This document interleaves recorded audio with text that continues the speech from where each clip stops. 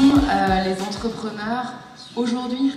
Effectivement, l'entrepreneur aujourd'hui, dans sa très grande majorité, c'est monsieur tout le monde, et de plus en plus souvent, puisque c'est un des enjeux justement de l'entrepreneuriat, c'est d'accompagner aussi l'entrepreneuriat féminin. Monsieur peut être jeune, madame peut être jeune, peut être aussi senior, c'est-à-dire avoir plus de 60 ans. On a des cas comme ça très, très fréquents, c'est-à-dire je pars en retraite, mais je crée mon entreprise en parallèle. Donc tout ça sont des éléments sociologiques nouveaux qui prennent source évidemment dans des éléments de disruption. Allez, il fallait bien que je le place celui-là, de disruption notamment autour du numérique, hein, parce que fondamentalement si les barrières à l'entrée de l'entrepreneuriat sont aujourd'hui beaucoup plus faibles qu'elles ne l'étaient auparavant, c'est en grande partie grâce au numérique. Ces éléments-là contribuent à démocratiser considérablement l'entrepreneuriat, ce qui veut dire qu'on a affaire aujourd'hui non plus à des chefs d'entreprise, mais vous l'avez dit tout à l'heure, à des citoyens. Mais l'entrepreneur, c'est souvent quelqu'un qui crée son emploi. Voilà. En tout cas, dans la très grande majorité des cas, aujourd'hui, c'est quelqu'un qui crée son emploi. Et on pourrait aussi faire un parallélisme avec la situation financière de l'entrepreneur moyen. Enfin, je veux dire, voilà, le dirigeant de TPE qui a 1, 2, 3 salariés, bien souvent sa situation est infiniment plus précaire et son salaire infiniment plus bas que le cadre moyen de grande entreprise. L'image qu'on pouvait avoir de l'entrepreneur comme un loup solitaire dans les années 80 voilà, bon, est complètement fausse aujourd'hui. Et donc il faut pouvoir réinterroger complètement l'offre qui va s'adresser à ce monsieur tout le monde entrepreneur. Alors, moi je suis convaincue qu'on peut apprendre à entreprendre pour la simple et bonne raison que mon associé et moi ne venons pas du tout d'un background entrepreneurial. J'ai grandi en Franche-Comté dans un petit village, lui est fils de trapéziste, donc c'est pas exactement le prototype de la Silicon Valley, alors qu'on était plutôt dans des conditions favorables, on était dans une grande école de commerce. Il nous a quand même manqué cruellement 3 choses. La première chose, c'était l'approche du dernier kilomètre. Comment, à partir du moment où j'ai une idée, qu'est-ce que je dois concrètement faire? Sur l'approche du contenu, on a complètement renversé l'approche classique, très curriculaire, pour passer dans une approche plus de snacking, de compétences, avec du contenu très court, très très spécifique, dans lequel les élèves vont aller piocher au long de leur vie, et plus pendant 2 ans, entre leurs 20 et leurs 22 ans, au moment où ils en ont besoin. Comment est-ce qu'on crée en permanence du contenu qui soit toujours plus spécifique et toujours plus pertinent pour les élèves? La deuxième chose, il y a vraiment cette idée de renversement de la posture pour passer du prof qui transmet au coach qui pose des questions. Et enfin, la troisième chose, c'est quelque chose qui a été évoqué aussi dans le hackathon, on se sentait quand même très seul. Donc quand on rentrait chez nous le soir, nos parents nous disaient plutôt « mais pourquoi tu vas pas chercher un vrai job plutôt que des encouragements ?» Et on sentait qu'on avait besoin de s'insérer dans un groupe, d'être motivé, de s'entraider, de chercher des associés, de chercher des gens qui l'avaient déjà fait, de pouvoir partager nos échecs aussi. Et c'est quelque chose qui manque cruellement aujourd'hui aux entrepreneurs. Cette notion de réseau, c'est quelque chose que les grandes écoles font plutôt pas mal. Et également pour être dans une approche d'apprentissage par les pairs. Nous, on croit beaucoup dans la validation de l'apprentissage via 3 niveaux communautaires. Le premier, c'est de pouvoir regarder quelqu'un qui est déjà en avance sur soi, cette notion d'inspiration, donc connecter des entrepreneurs avec des personnes qui l'ont déjà fait, leur donner accès à ce réseau de mentors pairs, apprendre en même temps que quelqu'un également, pour pouvoir valider ses apprentissages, avoir toutes les notions de motivation, d'entraînement, de pouvoir se comparer aussi et voir qu'en fait on n'est pas seul à avoir du mal à installer ce fameux plugin WordPress, et enfin pouvoir transmettre à quelqu'un qui lui est en train d'apprendre. Alors l'histoire que je vais vous raconter, ça commence effectivement en Finlande en 1993, dans une université qui est locale, je veux dire pas une grande ville, hein, c'est l'université de Jyväskylä, et il y a un certain Partanen qui propose à ses étudiants de partir en voyage et d'apprendre l'entrepreneuriat au passage. Et il leur propose un cursus de 4 ans qui va se passer par l'action, uniquement par l'action, faire des projets ensemble. Mais je ne vais pas vous parler de la Finlande, je vais vous parler de la déclinaison française de la Finlande. C'est-à-dire qu'il y a des coachs français qui ont été se former en Finlande.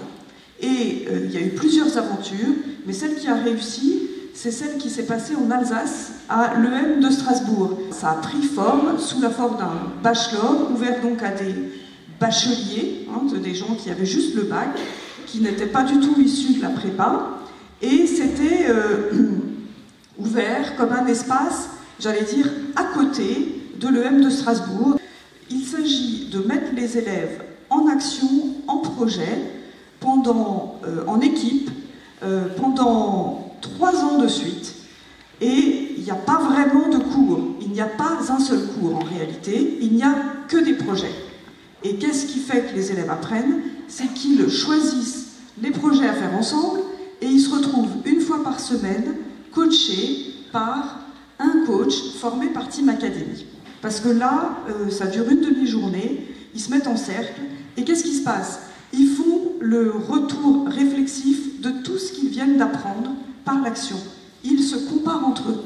Mais au passage, ils apprennent aussi autre chose. Ils apprennent aussi à dialoguer ensemble.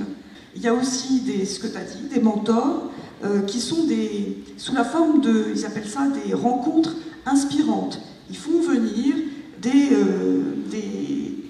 entrepreneurs qui ont réussi ou pas, mais d'ailleurs, et c'est aux étudiants d'aller les chercher eux-mêmes. Le troisième élément, c'est qu'il y a quand même des lectures. Il n'y a pas de cours, mais ils doivent lire. C'est-à-dire que quand ils lisent un livre, ils doivent venir en parler et ils doivent dire comment eux, ce livre, ça les a inspirés pour mettre en place quelque chose sur leur propre projet. Vous voyez, il y a des liens qui se font au sein de l'équipe, grâce à des coachs qui apprennent le savoir vivre ensemble, j'allais dire, et le savoir faire un projet ensemble, plus il y a des lectures rapportées à l'expérience, plus il y a des rencontres toujours rapportées à l'expérience. Et on a fini par accrocher un concept en cours qu'on appelle un environnement capacitant. On réfléchit à ça. Qu'est-ce que c'est qu'un environnement capacitant? C'est un environnement qui donne accès à la liberté permettant d'agir, qui permet de construire sa liberté. C'est un environnement qui va plus loin, qui est émancipant. Nous, nos 2 enjeux, comment est-ce que je fais pour que l'expérimentation qu'on fait en ce moment, c'est de renverser le rapport à la production de contenu en utilisant la matière première créée par les conversations entre nos mentors et nos élèves pour ensuite la transformer et l'imbriquer dans nos parcours d'apprentissage. Toutes nos bases de conversation sont cherchables. Ça, c'est la première étape. La deuxième étape, c'est avoir une intelligence qui soit capable de créer le parcours d'apprentissage à partir du moment où la personne entre sur la plateforme. L'idée, c'est de faire en sorte que chaque interaction avec un coach soit toujours de plus en plus spécifique, de plus en plus propre à l'élève et une conversation qui apporte vraiment énormément de valeur ajoutée pour sortir du modèle classique de coaching où en fait tout le monde globalement pose plus ou moins les mêmes questions. Donc l'idée c'est de ne plus perdre la connaissance qui se crée en anticipant la question que va poser l'élève et en lui disant attends, tu t'apprêtes à poser une question sur ton plugin de gestion des transactions. Est-ce que, par hasard, cette réponse n'est pas déjà couverte dans la conversation qui a eu lieu il y a 2 jours? Donc il y a toute une problématique d'apprentissage et d'utilisation de la technologie pour pouvoir offrir un service de qualité toujours plus inclusif en essayant de ne plus perdre la connaissance. Donc c'est pas tant, finalement, l'existence de solutions que l'enjeu de l'accès à ces solutions pour tous. Et quand on parle d'entrepreneuriat, nous, ce dont on s'est saisi, c'est l'enjeu d'ensemblier territorial, qui va intégrer et fédérer les énergies et des briques d'offres qui finalement peuvent exister, mais sont extrêmement isolées, extrêmement spécialisées. Mais notre approche, elle vise justement à apporter une brique communautaire.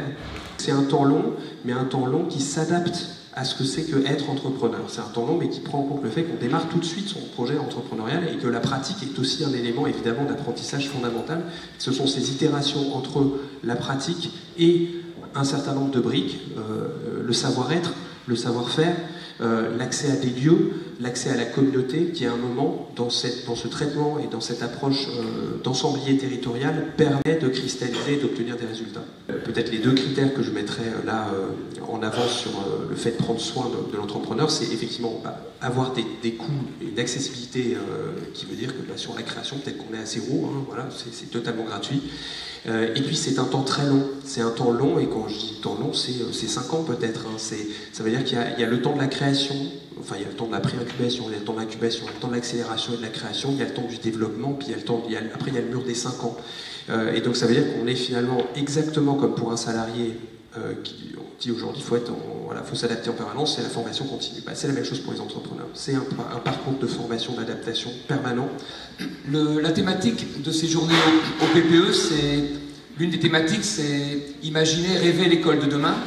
Il n'y a pas tellement de différence entre l'école avec un grand E, qu'elle soit primaire, secondaire, universitaire, même jusque dans les formations continues. Et puis ces écoles d'entrepreneuriat, ces instituts d'entrepreneuriat, ces hubs, ces incubateurs, parce qu'en fait, on parle de la même chose. On parle de la même chose.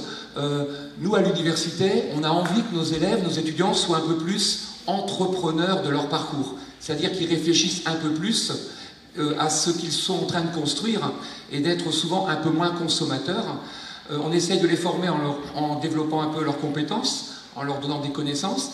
Et dans les instituts d'entrepreneuriat, les hubs de créativité, ces écoles de l'entrepreneuriat, on accompagne des jeunes et des moins jeunes, vous l'avez souligné, à réaliser leurs projets.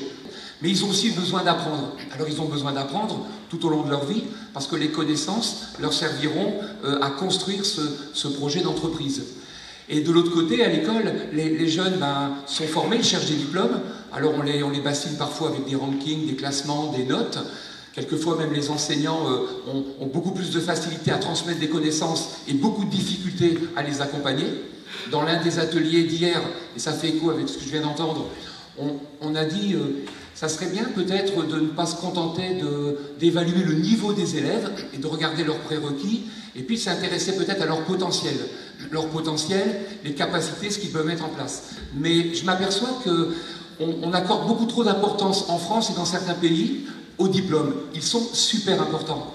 Mais je suis sûr que si on faisait par exemple le top 10 des meilleurs chauffeurs automobiles, les gens avec qui vous avez la super confiance, vous n'avez aucun problème, vous allez leur confier leurs enfants, ils n'ont jamais eu d'accident, ça fait 20 ans qu'ils respectent toutes les limitations, peut-être que dans ce top 10, il y en a 5 ou 6 qui n'ont pas de permis, parce que justement, ils font tout pour ne pas se faire prendre, et ils respectent tellement les règles que le diplôme c'est un permis important, parce qu'il faut quand même connaître le code de la route, mais quand vous êtes en pratique, c'est pas le papier qui fera que vous allez oser entreprendre. L'exemple de la Team Academy est parlant. Moi, j'ai eu l'occasion de passer des journées avec eux et de regarder un peu le modèle. Quand vous êtes dans un groupe d'élèves en Team Academy, je l'étais à Strasbourg, c'est impressionnant de voir la façon dont ces jeunes sont capables d'acquérir des connaissances. Ils vont lire des livres extrêmement pointus, inviter les auteurs, et là, le prof, quand il vient, il devient coach et il est invité par des gens qui ont lu son bouquin. Alors moi, dans mon université, par exemple, on pourrait s'inspirer de ces façons d'interagir en classe. Alors ok, une université, ça forme 2 à 3% d'entrepreneurs, pourquoi pas, et 98% de salariés. Mais les salariés, pour être heureux dans leur vie, posez-leur la question. Eh bien, il faut qu'ils aient de la liberté, qu'ils se sentent écoutés, qu'ils puissent monter des projets, et donc de devenir des intrapreneurs. Et ce qui est vraiment intéressant, c'est de se dire que l'entrepreneuriat, ça concerne tout le monde. Donc tous les systèmes éducatifs, rêver l'école de demain, quelle qu'elle soit, c'est de former des intrapreneurs, des gens qui seront capables, dans leur métier, même si on leur demande de faire 98 ou 95% de tâches écrites dans leur profil de poste, d'être capables quand même de proposer, d'inventer, quel que soit le niveau. Donc dans une université, une école, il faut commencer dès les lycées, les collèges, dans les écoles primaires, ça se fait aussi, mais il faut leur donner ce goût d'essayer et de s'inspirer de ce qui fait dans les écoles d'entrepreneuriat. Parce que vous allez leur donner le goût d'avoir une part de liberté dans leur métier, et cette part de liberté, eh bien, elle sera au bénéfice de l'entreprise. Donc en fait, quand vous impulsez l'esprit intrapreneur de vos élèves, quels qu'ils soient, eh bien, vous permettez à l'entreprise qui a pris cette conscience, eh bien, d'avoir, je ne vais pas dire un bien-être au travail, en tout cas des façons un peu différentes de travailler. Ce qui fait la richesse de ces apprentissages, c'est la variété des acteurs. Et donc, plus vous avez de gens différents qui discutent, qui travaillent entre eux, qui échangent sur les réussites ou sur les échecs, plus ça se fait au bénéfice des projets, et ça donne envie aux gens de creuser dans l'académique.